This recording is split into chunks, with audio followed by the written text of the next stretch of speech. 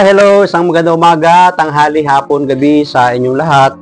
Anong oras man ninyo napapanood ang video ito, tayo po muli ay tutunghayin ng atin pong pagbasa para naman sa araw po ng Huwebes, June 2024. Hahanguin natin ang mabuting balita sa Ebanghelyo ni San Mateo. Ang kabanata ay 6, mga talatang 7 hanggang 15. Noong panahong iyon, sinabi ni Jesus sa kanyang mga alagad, sa pananalangin ninyo'y huwag kayong gagamit ng napakaraming salita gaya ng ginagawa ng mga hintil. Akala nila'y pakikinggan sila ng Diyos dahil sa dami ng kanilang salita. Huwag ninyo silang tutularan, sapagkat alam na ng inyong Ama ang inyong kinakailangan bago pa ninyo hingin sa Kanya. Ganito kayo mananalangin: Ama naming nasa langit, sambahin nawa ang pangalan mo. Ikaw nawa ang maghari sa amin. Sundin nawa ang iyong kalooban dito sa lupa tulad ng sa langit. Bigyan mo kami ng pagkain kailangan namin sa araw na ito at patawarin mo kami sa aming mga kasalanan tulad ng aming pagpapatawad sa mga nagkakasala sa amin. At huwag mo kaming iharap sa mahigpit na pagsubok, kundi ilayo mo kami sa masama, sapagkat iyo ang kaharian at ang kapangyarihan at ang kapurihan magpakailanman. Sapagkat kung pinatatawad ninyo ang mga nagkakasala sa inyo, patatawarin din kayo ng inyong Amang nasa langit.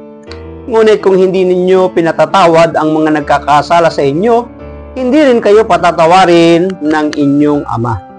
Pagpalain po ng Diyos ang pagkabasa ng Kanya pong mabuting balita.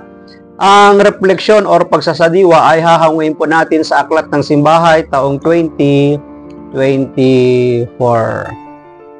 Sa pananalangin ninyo, huwag kayong gagamit ng napakaraming salita gaya ng ginagawa ng mga hintil.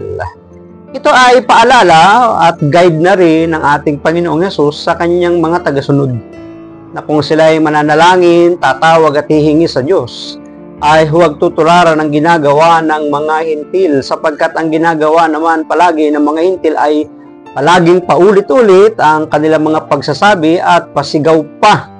Hindi natin malaman kung ano ang dahilan, kung bakit ganun ang kanilang uri ng pananalangin na sa pakiwari natin ay parang nagpapapansin, na para bagang hindi sila napapansin ng kanilang Diyos na tinatawagan. Ginagamit ang linyang ito ng mga nahihiwalay na kapatid nating Kristiyano para punahin ang ilang mga nakaugaliang panalangin Katoliko. Lalo na ang Santo Rosario, paulit-ulit nga namang sinasambit ang Ama namin, Aba, Ginoong Maria at Luwalhati, habang nagdinilay sa misteryo ng Diyos na nahayag sa buhay ng ating Panginoong Jesucristo.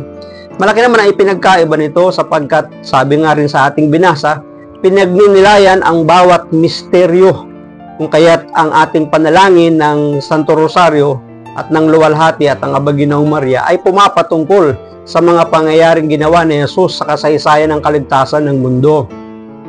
Lingid sa kanilang kaalaman, ang tinutukoy ni Kristo ay ang panalangin walang katuturan ng mga pagano, dahil hindi naman nakaukol ang panalangin nila sa totoong Diyos. Pero hamon pa rin sa atin na maging mataimtim sa pananalangin at magagawa natin ito sa mapagmalay na pagtawag sa Diyos bilang Ama at tayo naman ay Kanyang mga anak. Ang gusto rin kasing patungkulan dito ng ating Panginoon, kaya siya nagturo ng panalangin, ay upang sabihin sa kanila na meron tayong ugnayan at relasyon sa ating Diyos, na siya ay ituturing nating Ama na nasa langit at tayo naman ay ituturing niyang Kanyang anak na narito sa lupa. So meron po tayong ugnayan at relasyon sa Diyos bilang Ama at anak. Tayo yung anak, siya yung ating Ama. Nagmumula tayo sa relasyong naging posible dahil inaangkin tayong mga kapatid ni Kristo. Kaya buong paggalang at kababaang loob tayong nakikinig sa Ama sa ngalan ni Jesus at ng pagmamahal nila sa isa't isa. Kaya may pananalig din tayong pumapasok sa sirkulo ng pagmamahalan. Ito yung kagandahan, mga kapatid, sapagkat tayo itinuring na mga kapatid, ina at mga kapatid ni Jesus, sapagkat tayo nagmimiti na makasunod sa kalooban ng Diyos at ituturing na anak ng Diyos sa mga taong nagmimiti na makasunod sa Kanyang kalooban. Maraming salamat at pagpalain po tayo ng ating Panginoon. Ang akin lamang pong palaging sambit I love you with the love of the Lord. Bye-bye and bye-bye.